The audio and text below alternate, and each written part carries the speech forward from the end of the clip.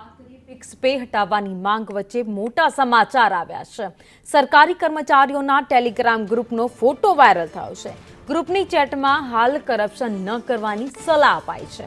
એક કર્મચારીએ અન્યનો કરપ્શન કરવાની વાત કરી હતી તો આ વાત ચારે તરફ ફેલાઈ ગઈ છે। ગ્રુપમાંથી લોકોને નીકળી જવા પણ સલાહ અપાઈ છે। એક કર્મચારી ભ્રષ્ટાચારના કેસમાં પકડાયાની પણ વાત છે। વધુ અપડેટ સાથે સંવાદદાતા હિરેન રાવલ અમારી સાથે જોડાઈ ગયા છે। હિરેન, એક ચેટનો ફોટો વાયરલ થયો છે જેમાં ઘણી બધી વાતો લીક થઈ ગઈ છે।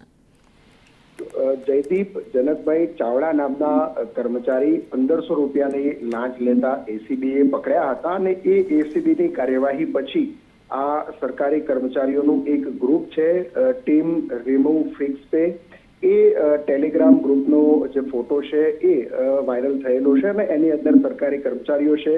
એક કર્મચારીએ એવો પણ મેસેજ કર્યો છે કે હમણાં કરપ્શન કરતા નહીં, આ વાત ચારે બાજુ ફેલાઈ ગઈ છે અને તાત્કાલિક આ ગ્રુપમાંથી ડિફેક્ટ થાઓ એવો મેસેજ કરવામાં આવ્યો છે।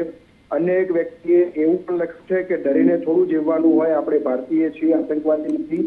તો એક વ્યક્તિએ જયદીપ ચાવડાના નામનો પણ ઉલ્લેખ કરેલો છે, વિજય પટેલ નામના વ્યક્તિ છે અને ડર ન હોય તો બધા કરપ્શન કરો, બીજું શું, હું કરપ્શન નહીં કરું, એ પ્રકારનો પણ મેસેજ છે।